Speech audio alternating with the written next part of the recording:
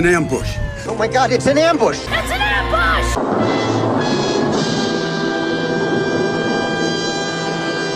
Of course! Good evening, everyone. For anybody who actually ends up showing up. Oh, already. Yeah, I timed this specifically to avoid stepping on Ranting Monkey's stream, because I'm polite like that. I'm a considerate individual. I care about not interrupting my friends. Wow. Look at all you guys. Let me say some hellos here first. Asan, hello. Miranda Stone, hello. Oh my gosh, guys, I don't know if you know about Miranda Stone.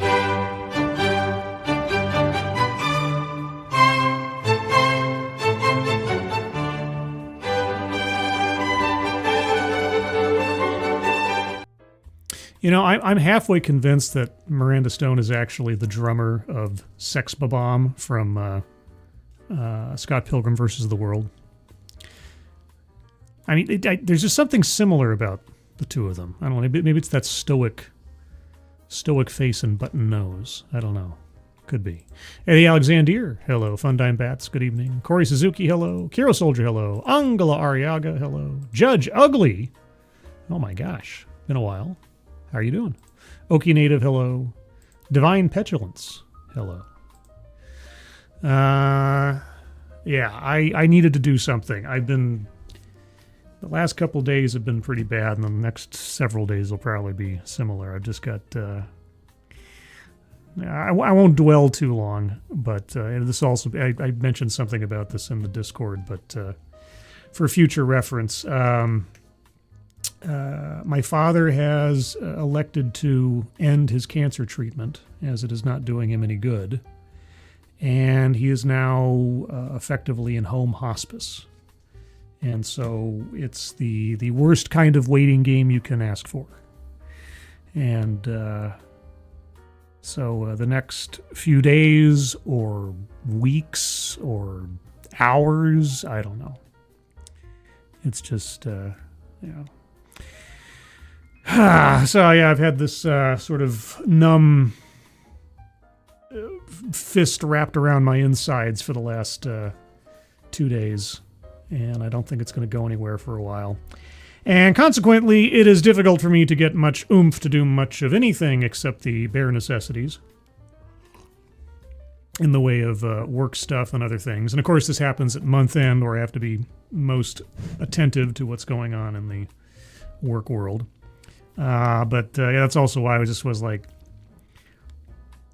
couldn't find any sort of get up and go for any other sort of like regular stream type stuff or get excited about things. So this is not going to be just a rant and catharsis, but it might be a little bit. Oh, thank you, Kiro Soldier. Prayers and stay strong. We're all here. I appreciate it. And this is not... I'll let you guys in on a secret. Well, it's not much of a secret. But I've been thinking about this for the last year, since my... well, not right after, but within the first few months of my father's diagnosis.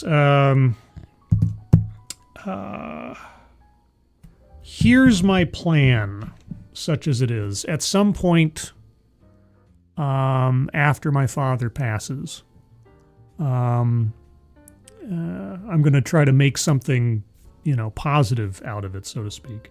And so my plan is, once things have settled and we got things squared away and my mother's in, decent... In fine fettle, as much as she can be under the circumstances, I'm going to do a fundraiser stream, specifically for a leukemia charity. The fundraiser, this is my plan, and the things may change, but this is what I've been thinking about. I'm going to put a bounty on a face reveal, and all funds will go, obviously, to the charity. I'm thinking of something modest, like $1,000. And if we hit $1,000, I turn on my camera and, off to the races. Now, the weird thing is that when you start a fundraiser on YouTube, you are only allowed to select from charities that YouTube has approved in some way, shape, or form, or had approved for them through a third party. For some reason, the Leukemia Lymphoma Society is not listed on their list. There are some leukemia like charities and such, but not the one that I would prefer. I've written to the third party that selects these things to ask why not. They've never responded. And I don't know exactly how to do that. So my plan is to have the bounty go towards a leukemia charity. And then if we hit that goal, not only will I, turn on my camera for the first time, but I will match that $1,000 donation personally to the Leukemia Lymphoma Society separately. If I can't get it directed to the one charity, I'll make sure it gets to at least two. But then I thought of an extra thing, and this is where I might be asking for trouble. The bulk of the live stream, up to the point of reaching the bounty for my face reveal, will probably be guests and or some TEDx talks and things. Now, this is what I wanted to add as a sweetener to the deal, to see if additional funds could be raised. This is, and tell me if this is stupid. Again, I think this might be a stupid idea. The stupid idea is, for every $200 above the bounty, I will go through an entire TEDx talk. So for every $200, load up another TEDx talk and go through the whole thing, bingo card and all. And I'll have to make sure that they are, relatively meaty as far as time-wise TEDx talks to make it worthwhile. And I'll put polls. I'll like have a whole raft of TEDx talks ready to go in a folder somewhere, and I'll put out a poll between things to see what people want to have me subject myself to as far as subject matter. And so put like mini sort of, little goals on top of that. So, I mean, if people are very generous, or something that night, whenever it happens, I could be here for 8 hours or something doing nothing but TEDx talks and raising money for charity, which I'm happy to do if that's the case. But of course, at a certain point, it'll be all with my mug in view. And I've been preparing for this at least for a year now, in the sense that, I have a webcam. It works fine. I don't think it's anything fancy. I got one of those little tiny ring light things to put some appropriate contrast in the lighting. And because the headphones I usually wear, these gamer headphones with the big, the can headphones, the band on the top, it makes my hair look all funny because it presses it down in the middle and stuff. So I bought some of those, those headphones that drummers wear that have like the wires that go behind their ears and that kind of thing. I got some of those for the occasion so I can be in my full and unobstructed form when the time comes. And I hung my Hunt for Red October poster in the background. I don't have a giant selection of like comic books and action figures like most streamers do. I'm just not that cool. But I made sure to move my Hunt for Red October poster from the living room to the back wall here in preparation for the day. So that's my plan, and to do this on behalf of my father when the time comes. So I've given away the secret. I was going to hold on to it, but I figured why? And if there were any serious problems with the idea that I just was missing because I wasn't thinking too hard, maybe you guys could suggest tweaks or something. But anyway, so that's the idea. Latino Slant, you have Ted Bugent hair? No, it's just my hair has gone wild.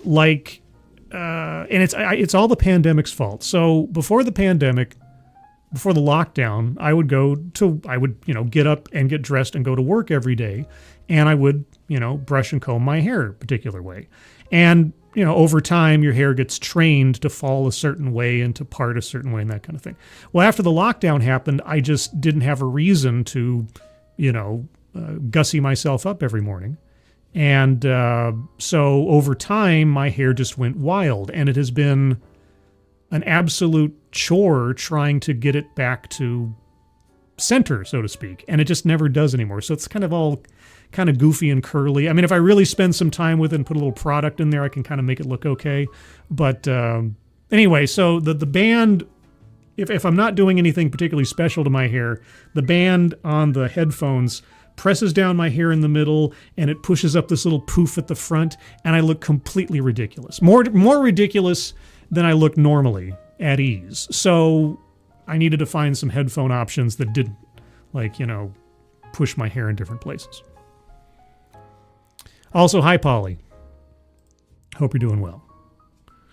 So that's the plan for the future.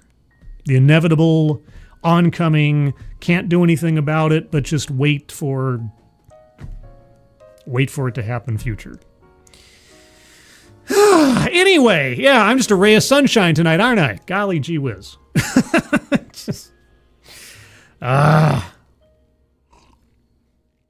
But I appreciate everybody taking the time to hang out tonight. Let's see.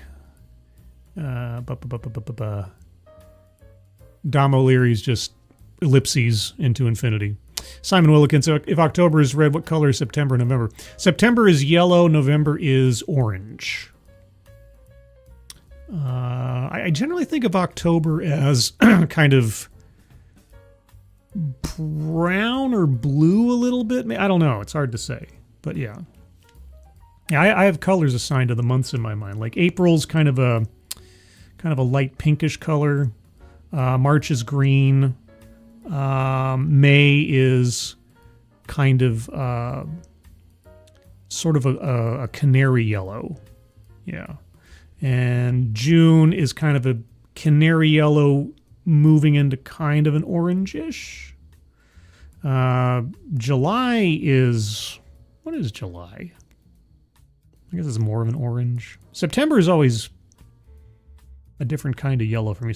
I imagine it's because the calendars on the walls when I was in like elementary school or something had different colors on them, and I just sort of had those embedded in my brain as to what the appropriate colors were for different months.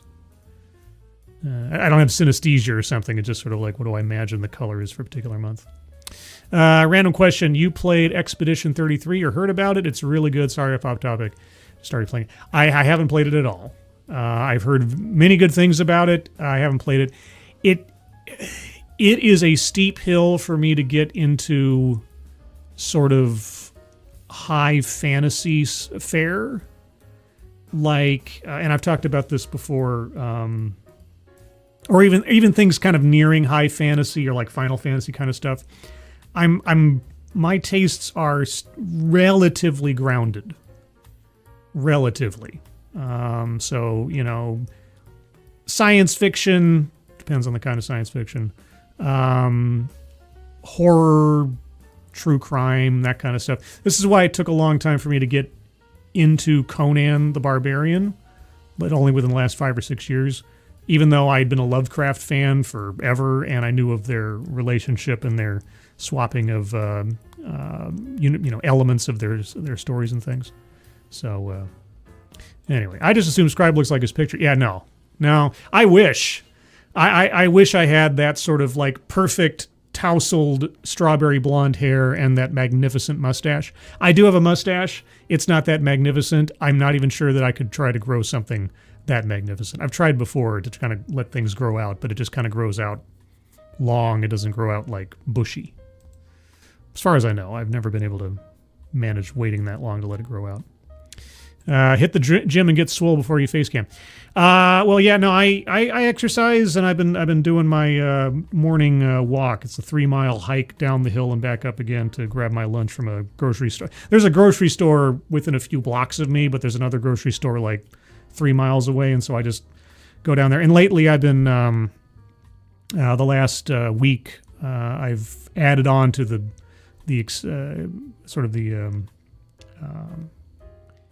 chore of it. I'm losing my vocabulary right now. I wear a backpack that I've got about 20 pounds of weight plates in it. So I'm sort of hefting a good load as I go down there. And I do some weight stuff aside. I'm okay. I'm not Mr. Universe or nothing, but I think I'm all right. Let's see. Do you still live anywhere near your elementary school? No. My elementary school is several cities away, and yeah, no. I've Long way away.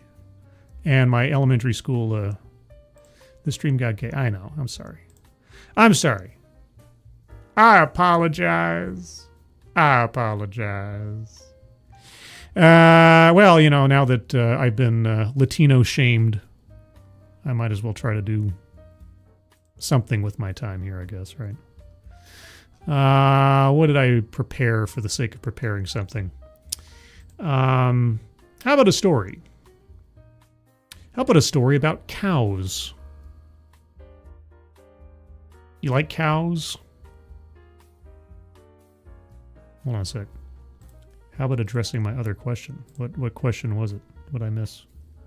Oh, I do, and will be sitting by it when the stream is done. Light pink, you mean like lavender? Sure. Pinkish lavender for April. But yeah, I have a story about cows. Cows go moo. Does painting cows with stripes prevent fly bites? Researchers who studied this win Ig Nobel Prize. Does painting cows with stripes prevent fly bites? This is a thing. Let's read on. A team of researchers from Japan wondered if painting cows with zebra-like stripes would prevent flies from biting them.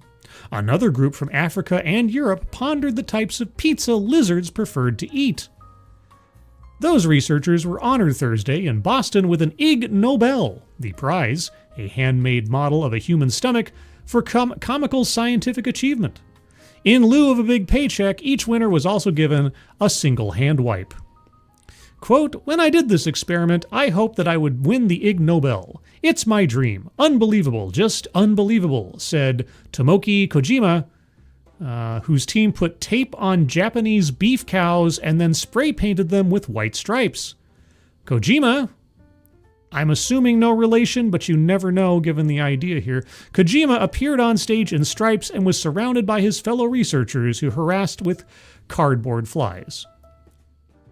As a result of the paint job, fewer flies were attracted to the cows and they seemed less bothered by the flies. Despite the findings, Kojima admitted it might be a challenge to apply this approach on a large scale.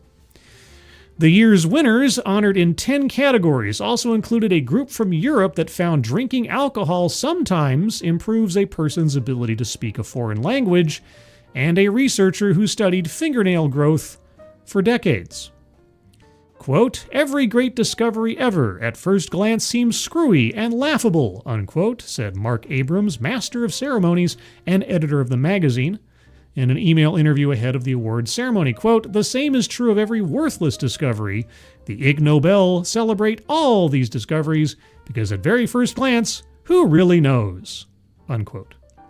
The 35th annual Ig Nobel Prize ceremony is organized by the Annals of Improbable Research, a digital magazine that highlights research that makes people laugh and then think. That's what I think I do here. I make you laugh and then you think. Or even if I don't make you laugh, at least I make you think? I don't know. It's usually held weeks before the actual Nobel Prizes are announced. The ceremony to celebrate winners Thursday, AP pop-up. Let's try that again. The ceremony to celebrate winners Thursday night at Boston University began with a long-time tradition, the audience pelting the stage with paper airplanes. This sounds like going to a screening of Rocky Horror or something. Several of those who couldn't attend had their speeches read by actual Nobel laureates, including Esther Duflo, who won the Nobel Prize for her experimental approach to alleviating global poverty. Her experimental approach to alleviating global poverty. I wonder what that experimental approach was. Was it just like airdropping money from the sky or something? There was also a mini opera about gastroenterologists and their patients, inspired by this year's theme, which is digestion. Several people sang about all the challenges of treating stomach bugs and being feted by patients who bring them pizza and chili dogs. There was also a section called the 24-second lecture. That sounds like TEDx heaven to me, where top researchers explained their work in 24 seconds. Among them was Gus Rancatore, who spent most of his time licking an ice cream cone and repeatedly saying yum, and Trisha Parisha, who explained her work studying smartphone use on the toilet and the potential risk for hemorrhoids. When any winner appeared to be rambling on too long, a man wearing a dress over his suit would appear at their side and repeatedly yell, "Please stop, I'm bored," unquote. Other winners this year included a group from India that studied whether foul-smelling shoes influence someone's experience using a shoe rack, and researchers from the United States and Israel who explored whether eating Teflon is a good way to increase food volume.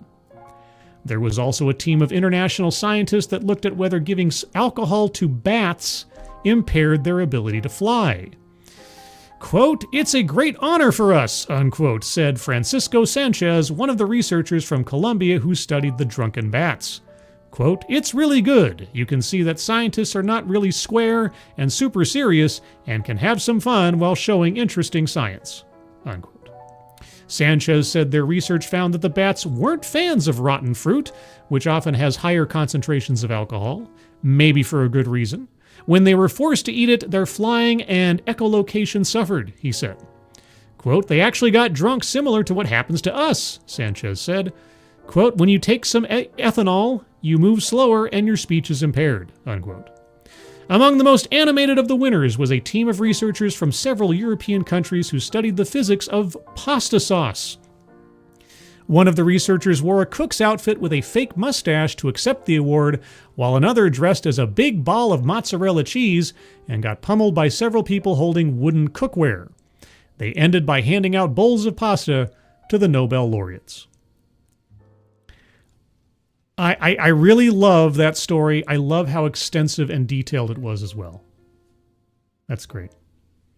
Keeverdam, thank you so much, Keeverdam. Fundraiser is in chat. Thank you, Keeverdam, so much. We'll watch on replay going to bed. Good night, Keeverdam. Get good sleep.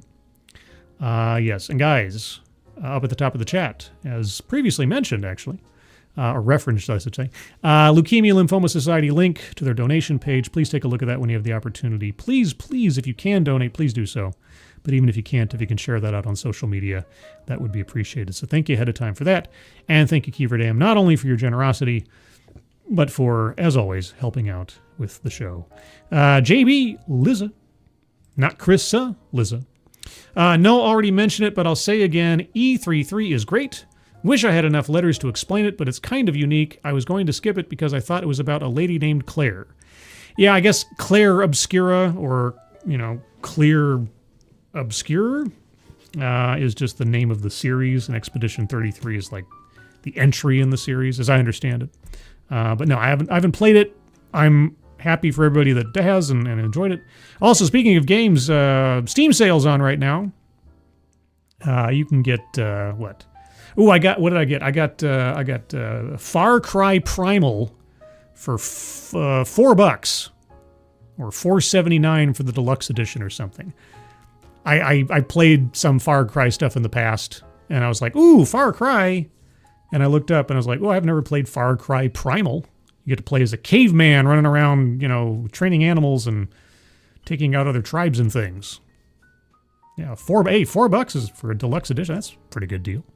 I remember one time I got Max Payne 3 for $3. It was on some kind of like Zap sale or something during one of the annual sales. And when I found it originally, it was $8. And then when I clicked on the page, it had suddenly dropped to $3. I was like, oh, Max Payne 3 for $3. Oh my gosh. That was a good purchase. That was worth it. Primal is great, says Faithless. I've seen some videos of people doing their crazy well-trained speed runs through the forts and things, and yeah, so it looks like it could be a good time waster at some point in the future. So there we go. But thank you, JB, for the donation. But yeah, so the Ig Nobel Prize. Random American. Oh, don't tell me that. I need to spend less money. Hey, self-control. Look, but don't touch. Train yourself to have some restraint. Yeah, no, I love that article. That article was great. I thought it would be kind of something short and silly, but no, they went into great detail over all the projects and everything. That was a great story. It's sort of like the Golden Raspberry Awards for movies and stuff. But that's great. I love it. Let's see. It was great. Story is actually good with which is super rare for a video game nowadays. Yeah, I've heard how games like that, obviously, they put to shame the AAA companies. Like, some studio of like 3 or 4 guys or something completely outdoes millions or tens of millions of dollars at some AAA studio. And now EA has been purchased by some Saudi Arabian concern and Jared Kushner or whatever. It's just, and they're planning on using AI. Oh yeah, they're going to use AI to cut down on their labor costs and everything. I'm sure it'll turn out great because EA has always been such a great publisher. I mean, they can't do any worse, I suppose.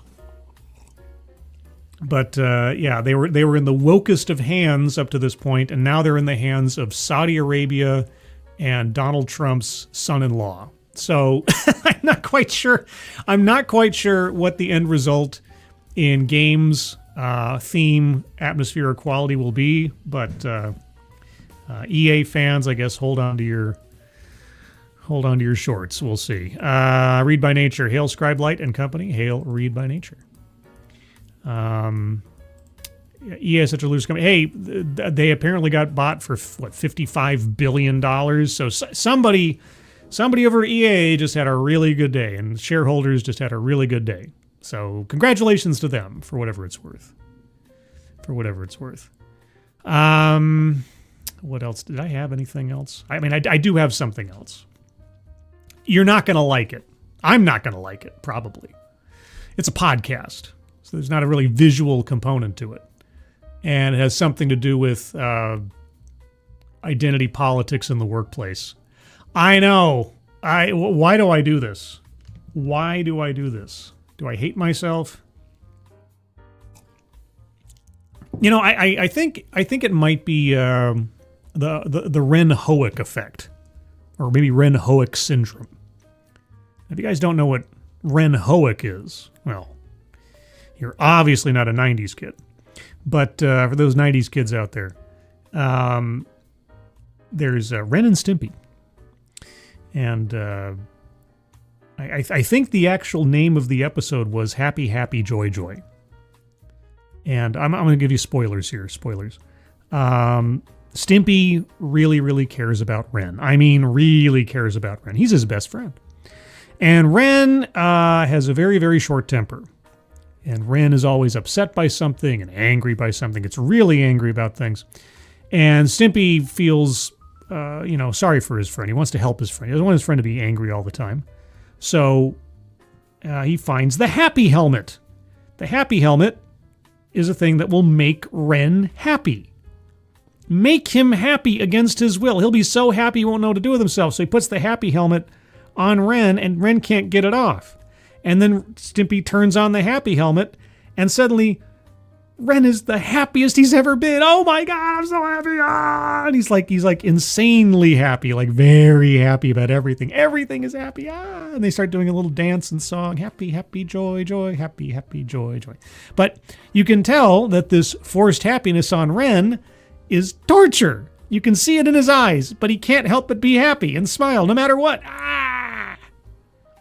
And then finally, Ren, the part of him that can still sort of have some independent thought, grabs a hammer and starts smashing the happy helmet over and over again until finally it turns off and all of Ren finally returns to himself, and he grabs Stimpy around the neck and he starts like, "You fat, bloated idiot!" And he starts to strangle Stimpy. But then he's like, "I love being angry.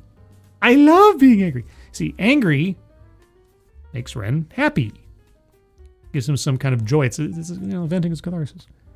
I have to assume that's what I have. I have Ren Hoek syndrome. It's like watching and trying to, I don't know, understand or dissect the weird and bizarre and nonsense ideologies or concepts is a kind of productive torture, I guess. I suppose. Will I like it less than a song that goes on for eternity? Is Hoek Renzi? Yeah, Ren Hoek. It's a Hoek, as far as I remember it. It's been a while.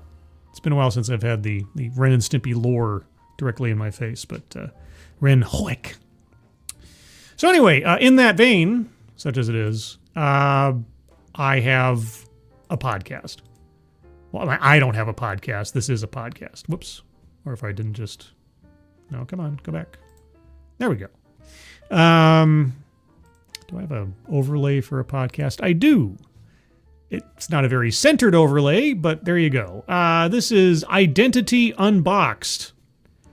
I have no idea who this is. I know there's a speaker in there who's some kind of like identity expert or something. We'll give it a listen for a little bit just to see what it is. If I get bored, I think I have some other things in the vault if people are interested. Or we can find another silly story. Or I might just get sensible and go to bed. Because tomorrow is month end billing. I'm going to be such a zombie tomorrow. I'm probably going to take a nap. I'm just going to nap. Anyway, let me turn down the music. Just a smidge.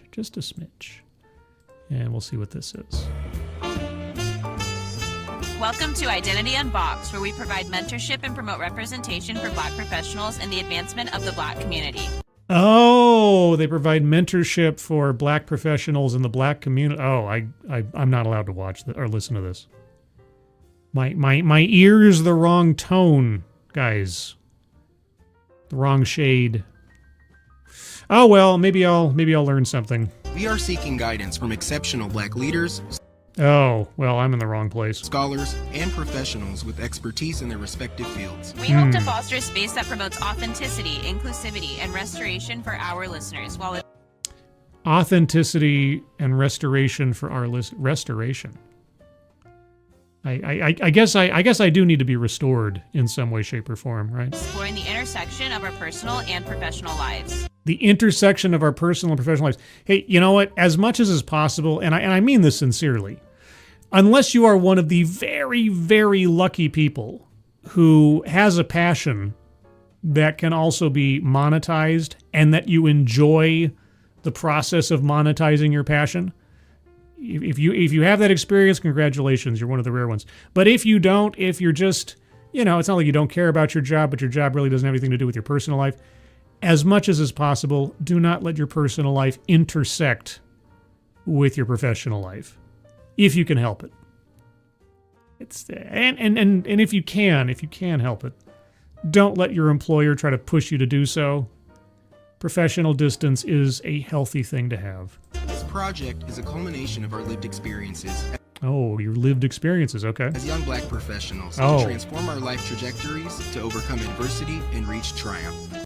Reach triumph, the insult comic dog? Our intention is to inspire you on your path to discovering your purpose. Ooh, I could use some inspiration on discovering my purpose. Given my current emotional state, having a sense of purpose would be kind of useful. Can we get past the music, please? Because I don't know that's not going to get me a ding somewhere on my channel.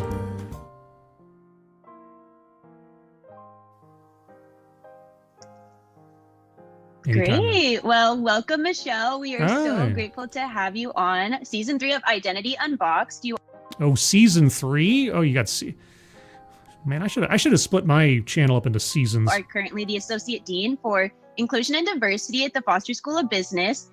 Oh, okay. Is that who your guest is? You're also adjunct faculty at the University of Washington and Oh. former vice president and senior vice president at Seattle Metropolitan Credit Union.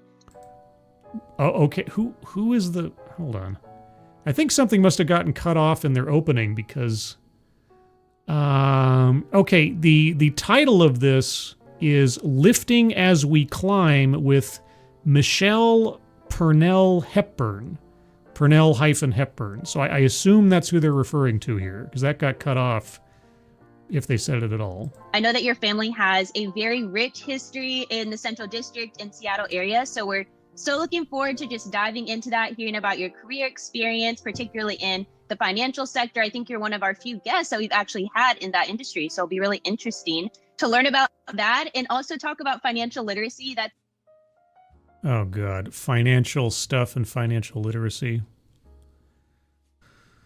Oh, man. Okay, I'm already thinking this was a bad idea. And like, I was hoping for something a little bit, no, we got to go through somebody's biography, and I didn't pre-screen this for how much stuff I have to skip till they start getting to the good stuff. This is a bad choice. This was a bad choice. Oh, man, do I have anything... do I have anything worth listening to? Maybe. Let's see. Everything I have is a TEDx talk. You know, stuff that I'm saving for a rainy day kind of thing, or for said fundraiser in the future. Or is I got developers committed to innovation, diversity, and community to reshape Raleigh, and that's from PBS North Carolina. Do we care about Raleigh, North Carolina? I'm sure the people of Raleigh, North Carolina care about Raleigh, North Carolina. Yeah, so mystery podcast with a bunch of fluff talk. Yeah, not. Let's nip that in the bud real quick, because that's not going anywhere. So how about this one? Well, okay. Yeah, that window's awfully tiny. I made this overlay just for like podcasts and stuff that didn't really have anything going on, but still had like an image or something. But it could work for this. Just ahead on Black Issues Forum. Oh, that's way too quiet, isn't it? Can you guys hear that at all? 3 childhood friends, 1 shared dream, and a family's legacy that has changed Raleigh forever. Can you guys hear that? That sounds really quiet even on my end. Let me know. Yeah, if I knew ahead of time I'd be needing something like this, I would have boosted the audio. This is the semi not professional type live streaming that I do when I don't have any plans or any format. Audible but soft. Okay, well, tell you what, I'll turn off the background music. That might help out a little bit. Okay, so I'll try not to make any comments over the audio as much as I can. We discover how Raleigh Raised is building more than structures. They're building community. Coming up next, stay with us. Okay, let's skip over until we get past the intro music or whatever. No. PBS. Didn't you guys PBS just lost all their funding? I think the taking away of federal funding just went through for sure now, didn't it? In the last couple hours or a day. Welcome to Black Issues Forum. I'm your host, Kenya Thompson. Today, we're bringing together business, community, and legacy. We meet 2 of 3 childhood friends who grew up in Raleigh and are now co-founders of Raleigh Raised, a real estate development company that's redefining what it means to build for community. Build for community. Feels like that's code phrasing for building specifically for a demographic, but who knows? And we'll hear how their latest project carries a name that speaks volumes, the Holt at Oberlin, honoring a family who fought for educational equity during one of our nation's greatest periods of social change. Educational equity? Do you mean equity in the sense of equity like DEI equity? Or do you mean like actual dictionary definition equity? So let's get right to it and start introductions, because if you haven't noticed, we have a very full set today. To my right, we've got co-founders of Raleigh Raised Development and Brothers for Life, Lavelle Moten and Terrell Majette. And to my left, I have the honor of introducing Joseph Holt Jr., a true trailblazer in civil rights. And just in case you haven't made the connection yet. And I got to pause occasionally. My last couple of TEDx talks got claimed by TEDx, because I let them run too long. And I don't know. See, I don't know if PBS can claim this because it's public broadcasting, right? It's public, federally funded, right? Or was, at least this was to a certain extent. He is also the father of our executive producer, Deborah Holt Noel. Oh, so this is a family show. Welcome, everyone. Thank you. Thanks for having me. Yes, this is great. I love having this full set. I think we probably should do this more often. Lavelle and Terrell, Lavelle and Terrell, I didn't even notice. Also, that guy's socks are amazing. would be remiss if we didn't mention CJ Mann, who is the third person in the group. But let's talk about growing up together in Raleigh. Oh my God. Okay. I apologize. All respect to the people here. I don't care about your biographies. This is what happens when I don't plan ahead. It's like I thought it was about something else, but now we're going to sit here and just have a glad handing session of everybody just like, oh, tell us about your amazing life and everything else. Like, I don't care. I don't care. I thought it was a panel discussion on something when I grabbed it, and it's not. So I'm sorry, guys. I'm a little scattered. I'm not in usual form here. I don't know what to tell you. Let's talk about something else. Let's talk about Judge Ugly zeroes in on the footwear. Hey, against a gray and sort of neutral background, the guy's wearing turquoise and polka dot socks. How could you not notice? Mobudge, I'm late. You know, if we continue on with that pattern, you'll be latte pretty quick. So, let's see. Here at Audible, but yeah. Equity, social change, hope. I know. Truth, justice, and the American way. That's what it is. Let's see. What else should we do? This is a unplanned stream with an unplanned idea. This is just for the sake of hanging out and keeping my brain busy for a little bit. Do something else with my time than just sitting around and grousing about things that I don't have any control over, because, you know, how much fun is that? I don't know. What's going on in the world? What can we talk about? Or what news sites don't paywall their articles? And oh, that's right, the shutdown. Oh my gosh, do I care about the shutdown? Doesn't this happen every year or every 6 months or something? Shutdown, government's shutdown. All right, is this something I can actually share, or is CNN gonna block with a? No. Okay. All right. Well, heck. Just because I'm here. Why not? Do we care about the shutdown? Because it has officially shut down now, as far as I understand it. All right. The U.S. federal government shuts down after Senate fails to pass funding plans. What we're covering, government shuts down. The federal government has officially shut down for the first time in 6 years after a deadlocked Congress failed to pass a funding measure to keep the lights on, and no one inside the Capitol knows what will happen next. Republicans insist Democrats need to simply agree to extend current funding for another 7 weeks. Democrats refuse to do so without major concessions for lending their votes to pass any funding measure in the Senate. What's at stake? Every government shutdown differs, but typically functions that are critical to protect lives and property are deemed essential and stay open. So, what's the downside? Previous shutdowns canceled immigration hearings. Oh no! And delayed federal lending to home buyers and small businesses, among other impacts. Okay, well that could throw a wrench into people's lives. All right, fair enough. The clock has struck midnight, and the federal government is officially shut down after a deadlocked Congress failed to pass a funding measure to keep the lights on. This is the first government shutdown since 2019. Leaders of both parties are privately and publicly adamant that they will not be blamed for the funding lapse. Republicans insist Democrats need to simply agree to extend current funding for another 7 weeks. Democrats refuse to do so without major concessions.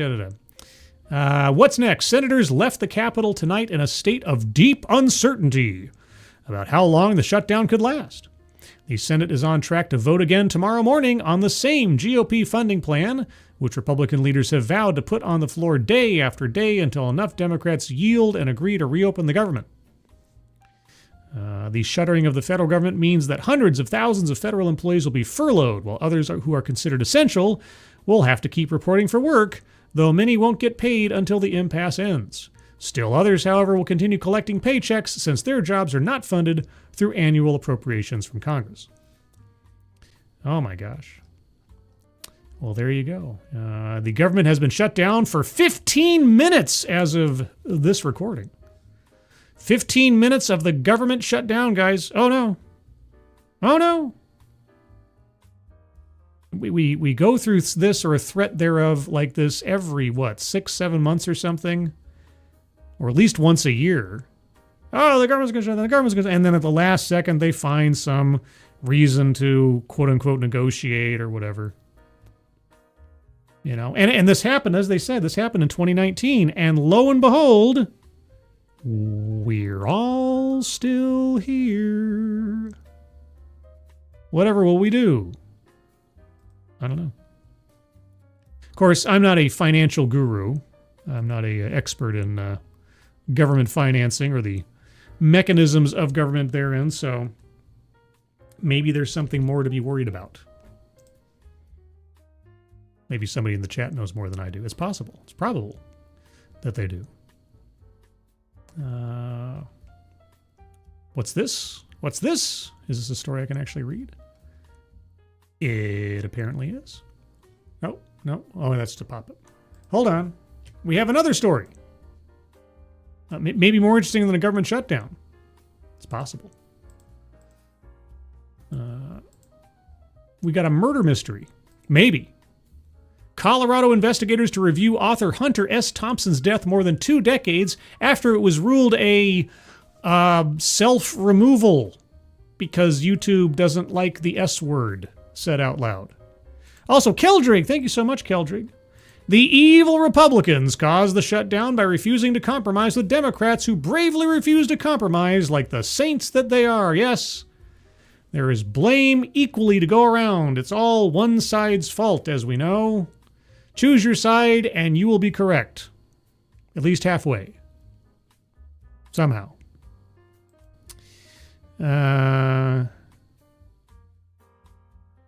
What's this? Rex. Starting in the 80s, the CIA ran Clue Club in Memphis, Tennessee. Okay. I don't know what happens if I read that out loud.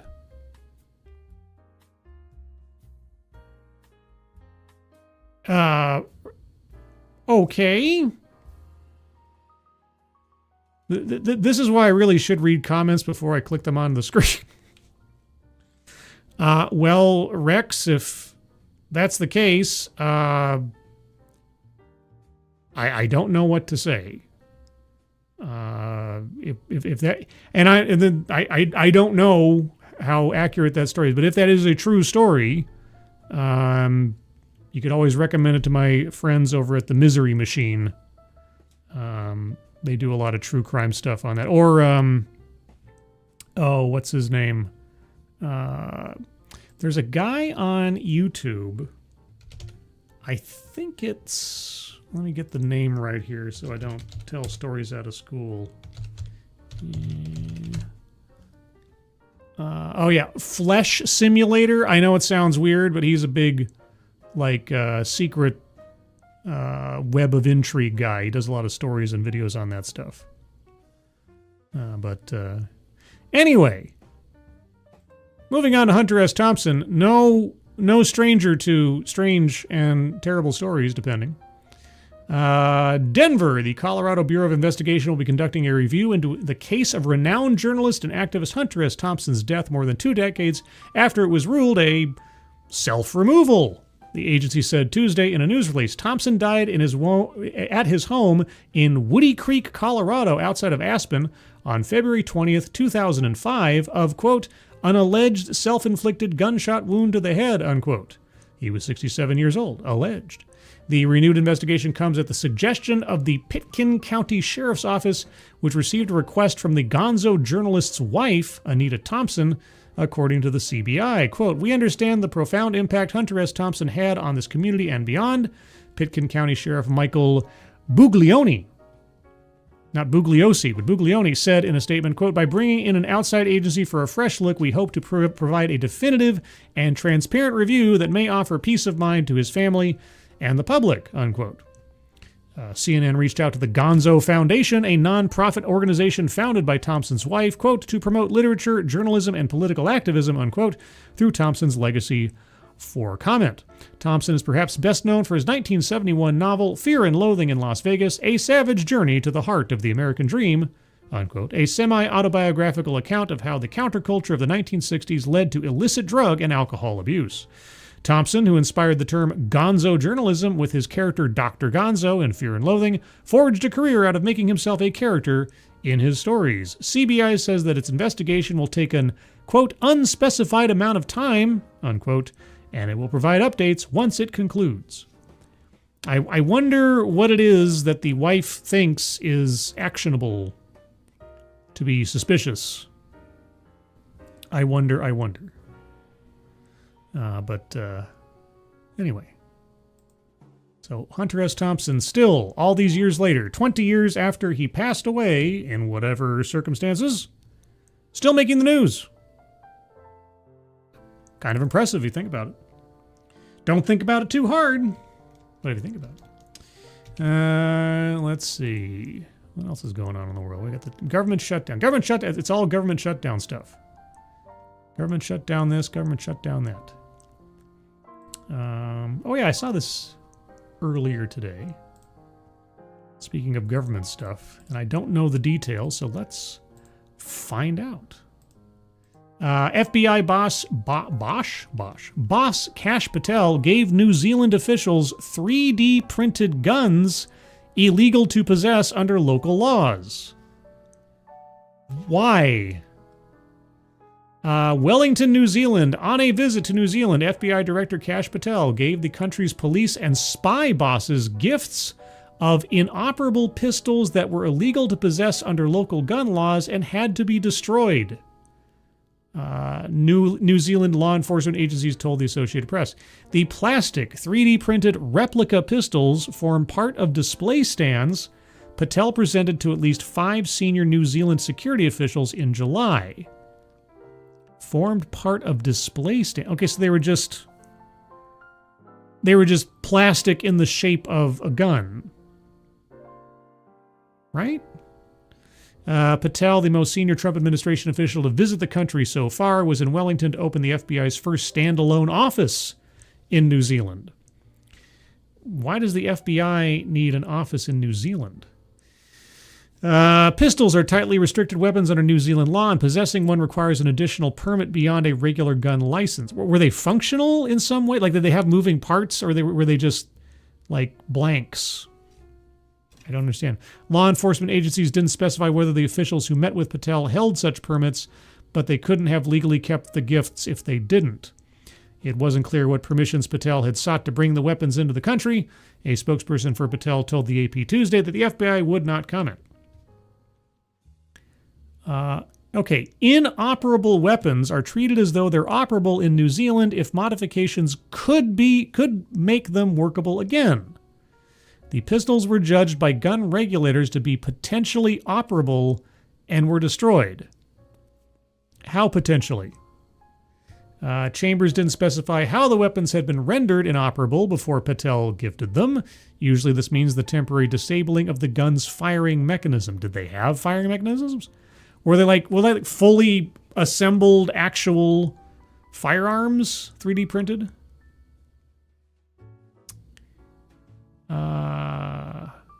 A spokesperson for the spy agencies described the gift as a, quote, challenge coin display stand, unquote, that included the 3D printed inoperable weapon, quote, as part of the design. Okay, so it wasn't even a standalone item, it was like built into a display? The officials sought advice on the gifts the next day from the regulator that enforces New Zealand's gun laws. When the weapons were examined, it was discovered that they were potentially operable. Get a life. It's just... But Davidson said the gift of the replica pistols appeared, quote, a genuine gesture from Patel, and that their destruction was, quite frankly, an overreaction by the NZSIS, which could have simply rendered the replica inoperable, he said. Well, it sounded like it was already inoperable, but you could make it operable in some fashion, in some extensive way or not. But they decided to destroy them anyway. 3D printed weapons are treated the same as other guns in New Zealand. The country bolstered its gun restrictions following a 2019 white supremacist attack on 2 mosques in the city of Christchurch when 51 Muslim worshippers were shot dead by an Australian man who had amassed a cache of semi-automatic weapons legally. Okay, so because somebody used legally acquired weapons in a terrible act of murder, even fake/plastic weapons have to be restricted. Okay. The guns Patel gifted to the law enforcement chiefs were not semi-automatic models, now prohibited after the Christchurch massacre, but there are a suite of other reasons New Zealanders might not legally be able to possess certain weapons, including the specific permits required for pistols. New Zealand doesn't have a passionate culture of gun ownership, and the weapons have been viewed more dimly since the mass shooting. Gun ownership is enshrined in New Zealand law as a privilege, not a right. Well, if it ain't part of your culture, then I guess I can understand it.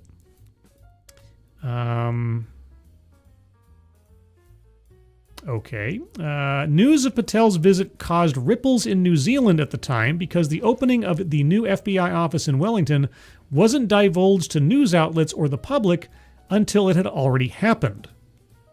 Interesting. An FBI statement in July said the move aligned New Zealand with FBI missions in other Five Eyes intelligence-sharing nations, which also include the United States, Australia, Canada, and the United Kingdom. Okay, do we have FBI offices in Australia and the United Kingdom? I assume we do.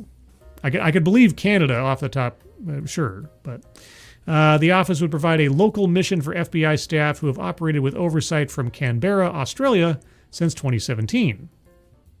Okay. Public records disclosed to news outlets this month reveal that Patel met with and dined with more than a dozen senior public servants and elected officials, including cabinet ministers, during his visit. It wasn't immediately clear how many officials received the pistols as gifts. Patel had already provoked mild diplomatic discomfort in Wellington by suggesting in remarks supplied to reporters that the new FBI office aimed to counter China's influence in the South Pacific Ocean, where New Zealand is located.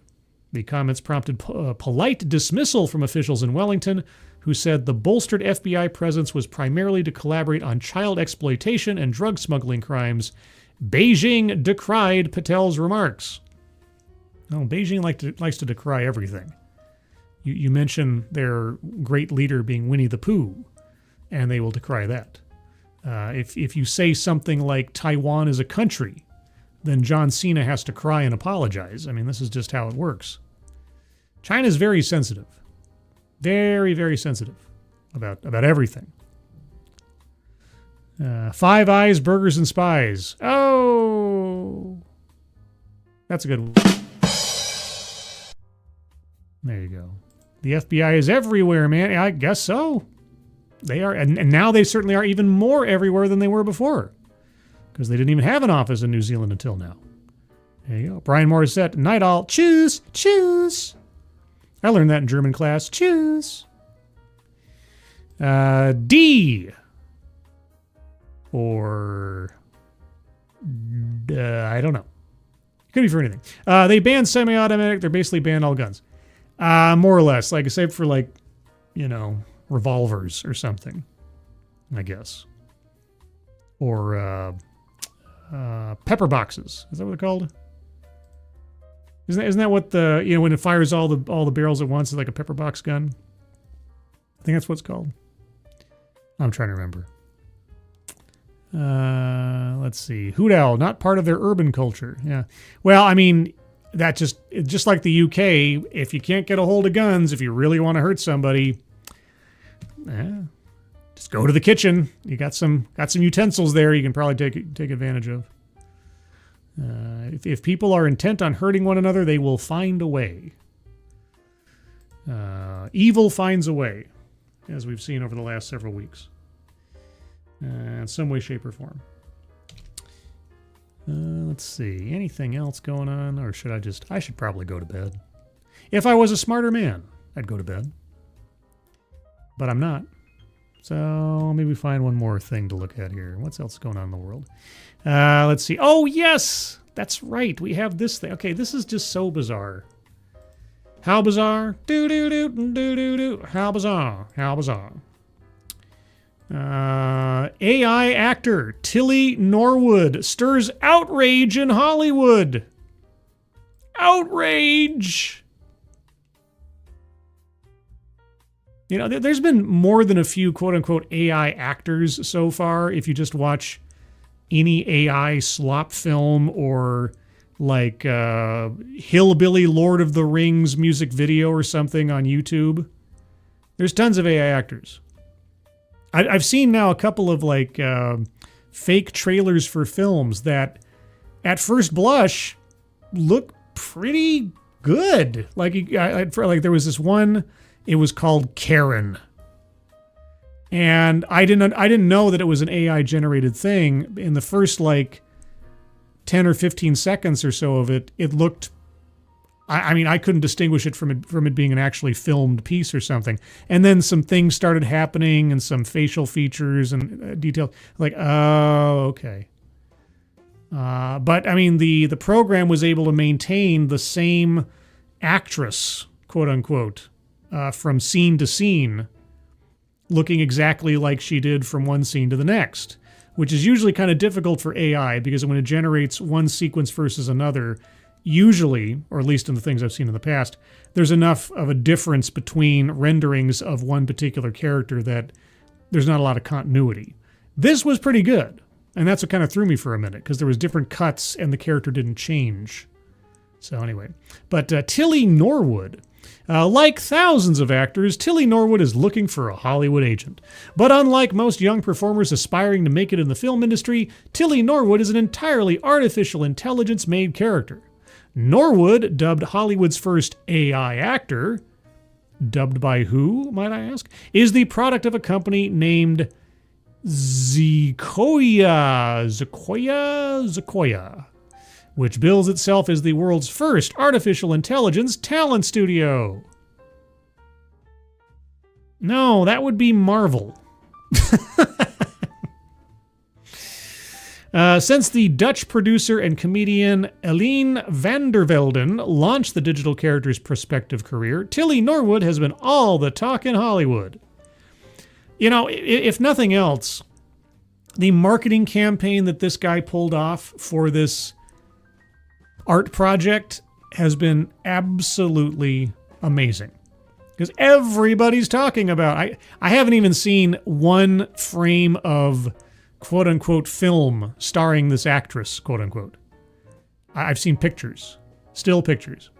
But not in a good way. Guilds, actors, and filmmakers have met the Sequoia product with an immediate wave of backlash, protesting that artificial intelligence should not have a starring role in the acting profession. Well, tell that to all of the studios and YouTube channels and TV shows that are already implementing AI into the creation of their shows. Too late. It's too. The genie is out of the proverbial lamp here, guys. It's happening. It's going to happen. It's going to continue to happen. It is. In a statement Tuesday, the Screen Actors Guild said that, quote, creativity is and should remain human-centered, unquote.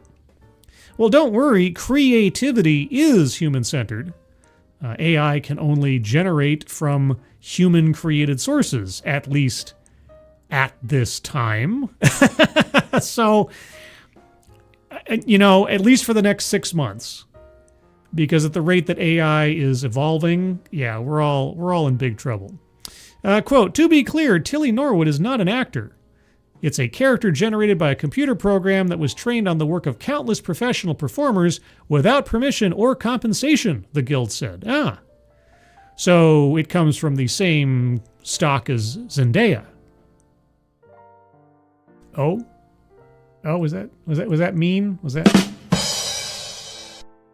It has no life experience to draw from.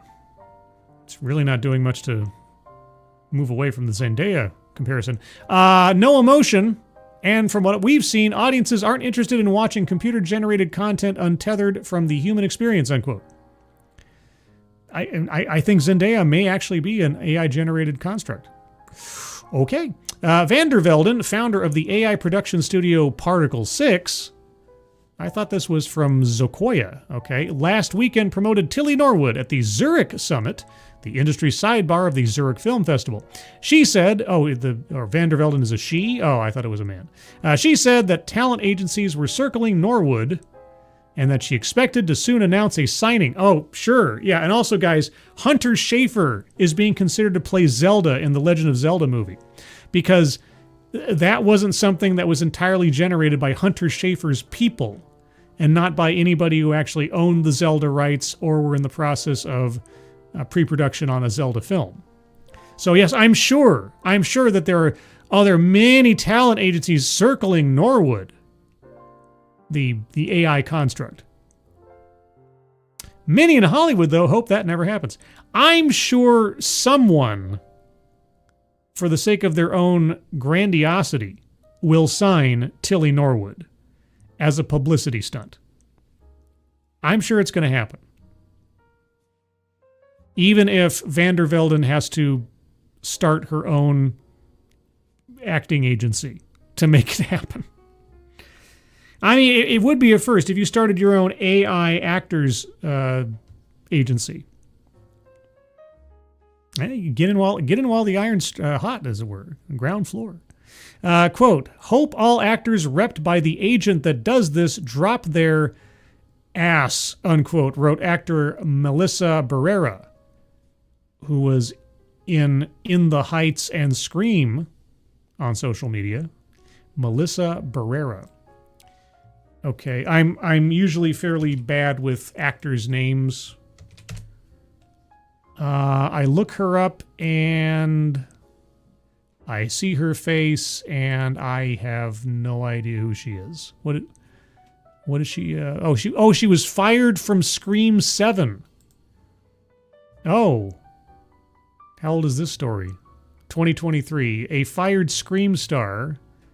Okay. Oh. She's the one that was... Oh, right. Hold on. Let me find her here real quick. I thought the name sounded familiar, but I didn't have a point of reference. Hold on. Let's see. Spyglass quietly dropped Melissa Barrera as the star of the next Scream film, sources say, due to her social media post that referred to Israel as a colonized land and floated an anti-Semitic trope that Jews control the media. Writing, quote, Western media only shows the Israeli side. Why do they do that? I will let you deduce for yourself, unquote. Okay, so when somebody's complaining about something going on in Hollywood, obviously, Melissa Barrera is the one to listen to. Quote, any talent agency that engages in this should be boycotted by all guilds, wrote Natasha Leone on Instagram, the Russian doll star. Isn't that a project by the guy who destroyed Star Wars? Well, not Kathleen Kennedy, but, the other guy. The Russian doll star is directing a feature titled Uncanny Valley that pledges to use, quote... Wait. This is great. No, this is great. Let me read this in its full bloom here. Quote, any talent agency that engages in this should be boycotted by all guilds, wrote Natasha Leone on Instagram. The Russian doll star is directing a feature titled Uncanny Valley that pledges to use quote-unquote ethical artificial intelligence in combination with traditional filmmaking techniques. Quote, deeply misguided and totally disturbed, she added. Quote, not the way, not the vibe, not the use, unquote. Hey, Natasha Leone, how many jobs are you not providing people with your use of ethical artificial intelligence in combination with traditional filmmaking techniques? I'd love to get some more transparency on this. Uncanny Valley, it's called. Okay, I'm going to look and see if I can find something that gives us more details on it. Artificial intelligence is often used as a tool in film production. Well, often? I mean, maybe more recently. Though its implementation is hotly debated. It was a major bargaining point in the lengthy strike by SAG-AFTRA that concluded in late 2023 with some safeguards put in place to protect the use of actors' likenesses and performances by AI. A year-long strike by video game actors hinged on AI protections. In July, video game actors approved a new contract that mandates employers obtain written permission to create a digital replica. Well, if they can create a digital not replica, then they don't have to pay you anything. If they can independently assemble a fake person who has no relationship to a real person, they don't owe you anything. And we just heard about EA is promising to use AI in its future games. Could some of that AI be in voice acting? I bet you it will be. But there have been numerous controversies over the use of AI in acting. The Oscar-winning 2024 film The Brutalist used artificial intelligence for Hungarian dialogue spoken by Adrian Brody and Felicity Jones as characters, the revelation of which prompted debate in the industry. So, using AI to generate foreign languages as dubbing material, I guess that would take jobs away from native-speaking dubbing actors. Yeah. Van der Velden responded to the stir around Tilly Norwood on Instagram. I bet she did. Quote, "To those who have expressed anger over the creation of my AI character," excuse me, Tilly Norwood, "she is not a replacement for a human being, but a creative work, a piece of art," Van der Velden said on Sunday. Quote, "Like many forms of art before her, she sparks conversation, and that in itself shows the power of creativity." If I'm not mistaken, I looked at a TEDx once that was talking about a completely computer-generated fashion model that was getting brand deals and modeling contracts and all types of things. And she was just an AI-generated figure. So I guess this is just the next logical step in that. Van der Velden did not respond to interview requests Tuesday. In her post, she argued that AI characters should be judged as their own genre. Quote, "Creating Tilly has been, for me, an act of imagination and craftsmanship, not unlike drawing a character, writing a role, or shaping a performance. It takes time, skill, and iteration to bring such a character to life." Yeah, I'm sure it took you many prompts. many prompts. And a few YouTube tutorials to figure it out. Now, just as maybe the end of the stream here, I want to find out more about this ethical Uncanny Valley film. I want to get some more details on that, because that kind of hypocrisy, that kind of blatant hypocrisy, I find entertaining. On the one hand, she's like, nobody should be using this character. By the way, I'm making a film with ethical AI. Let's see if we get more details. Natasha Lyonne to direct feature Uncanny Valley combining ethical AI and traditional filmmaking techniques. Yeah, we already do that.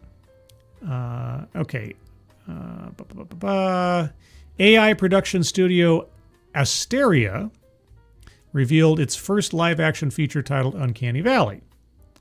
Asteria describes itself as an artist-led ethical AI film and animation studio. Okay, please do quantify ethical in this. Leone and Britt Marling, co-creator and co-showrunner with Zal Batmanglij on The OA and A Murder at the End of the World. Everybody talks about those. Co-wrote the screenplay and will co-star. Okay, Britt Marling. Set in a parallel present, Uncanny Valley follows Mila, a teenage girl who begins to lose her grip on reality as a globally popular augmented reality video game starts glitching feverishly with increasingly dangerous real-world consequences. That was the plot of a Star Trek episode. That was the plot of a Star Trek The Next Generation episode. Everybody is addicted to this game that like beams stuff into your eyeballs. The movie's open world video game component will be co-created by Leon Marling and virtual reality pioneer Jaron Lanier, involving Moon Valley's Mary foundational AI model. This all sounds like gobbledygook to me. Quote, the scope of what's possible with these new technologies when used ethically and creatively is astounding, said Leon. Bringing something so bold to life feels radically expansive, and I'm exciting. I'm immensely grateful for this opportunity from Hysteria and to witness this emerging era from the front lines.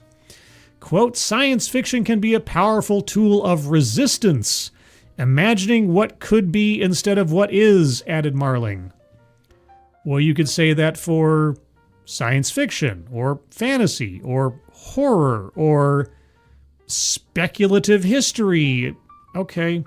Quote, with Hysteria's team, we hope to pioneer ways to use AI that allow filmmakers to tell high-concept stories on budgets that allow for real innovation, unquote. That is all some very diplomatic and ambiguous gobbledygook there. What do you mean? What is ethical AI?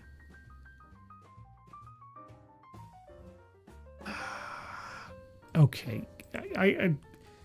Ethical AI in film. Can I get at least somebody to tell me something? Okay, and strangely enough, as I type that into Google, the first answer I get is generated by their AI assistant. So it seems appropriate.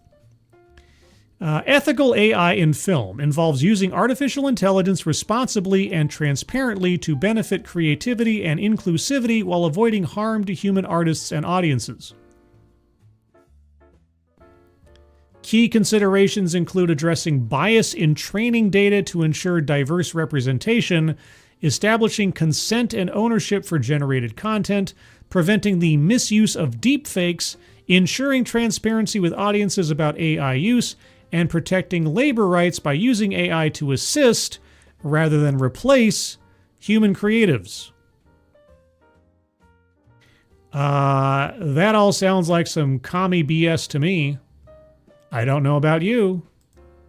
But, yeah. So, anyway, from Tilly Norwood, which is terrible, terrible AI, to Natasha Lyonne's ethical Uncanny Valley project that will make copious use of ethical AI. Anyway, not exactly where I thought the stream would take us tonight.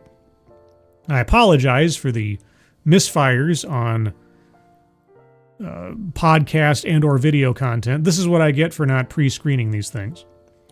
I can't treat everything like a TEDx. At least I know when it comes to a TEDx, I'm going to get a directed presentation.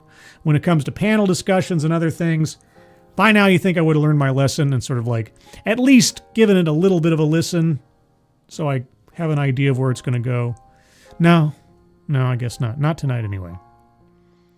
Let's see. The definition of talking a lot while saying nothing. Yeah, pretty much.